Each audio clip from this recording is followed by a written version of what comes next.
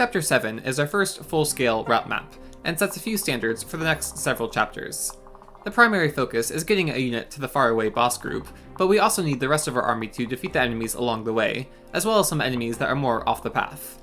Enemy count on normal mode is very low, as seen by the singular fighter blocking the choke point this chapter, so we can get away with a lot of aggressive, high movement strategies. Chapter 7 also marks our access to the MyCastle, through which I've bought our first Heart Seal.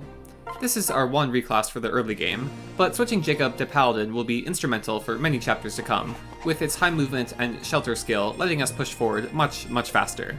His combat will very quickly be outclassed, but with his previous investment and our access to the temporary stat boosting Tonics, he's all set for Chapter 7 to lead the charge. Starting off, Kaze picks up the Seraph Robe chest.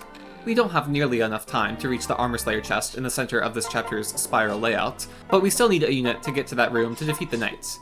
Kaze can defeat the outlaw across the wall, but with Jakob being needed to reach the boss group, it's up to our new Sky Knight Subaki to reach. His combat isn't particularly strong, but just being a flying 7 movement unit will be very helpful for ferrying our units across maps. Here he gets Khorne in range of the first fighters, with his dual strike just barely big enough to let Dragonstone Khorne get the kills. There's typically no room for promoting him on Lunatic, but normal mode's higher experience gain favors filler combat units in spite of lower enemy density. Finding combat for Subaki won't be my top priority, but getting him to promotion will help with some future clears.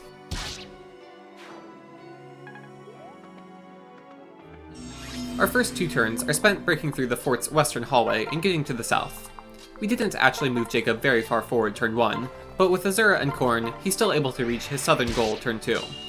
His Paladin pair-up provides Khorne the extra move needed to reach the last enemy at a choke point, and having reached level 4 through the previous chapters, has just enough speed to 1 round.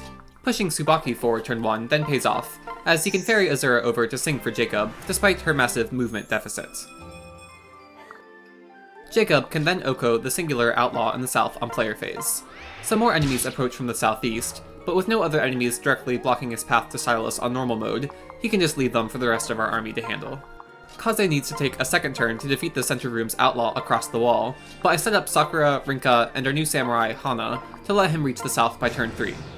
Like Sakura, Hana won't be used once we get literally any other options, but filling out our army in these early chapters for basic movement support and filler combat is still nice.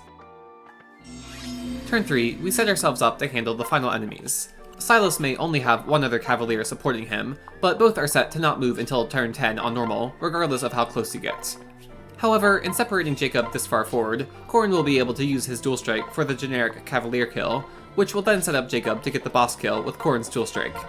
As for the center, Kaze takes part in a massive transfer chain to reach the center with Subaki.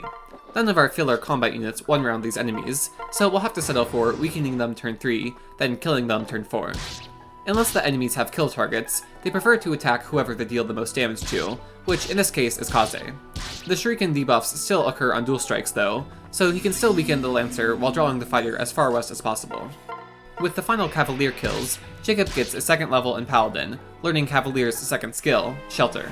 It'll be useful as early as next chapter, which is why I also had to leave Jakob at the edge of a level before reclassing, in addition to being level 4 to double the Lancer earlier.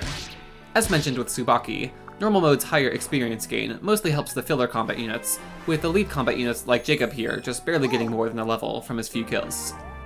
As for Kaze's group, there's a weakened fighter and Lancer, one fighter that we weren't able to weaken last turn, as well as the knight that's still waiting in the central room. Luckily, enemies are super frail on normal, so we can just send Subaki to one-round the knight on enemy phase with Rinka's pair-up. Kaze clears out the weakened fighter from a position where Azura can sing for him behind a choke point, forcing the last enemies to attack into a combat unit. To avoid the need for any dodges, we can abuse Phoenix mode here, having Kaze attack into the full HP fighter on player phase, and be defeated on the counter attack. Having found the time to use a speed and HP tonic on Hana beforehand, this sets up for Hana's big moment, defeating the weakened Lancer and fighter on enemy phase.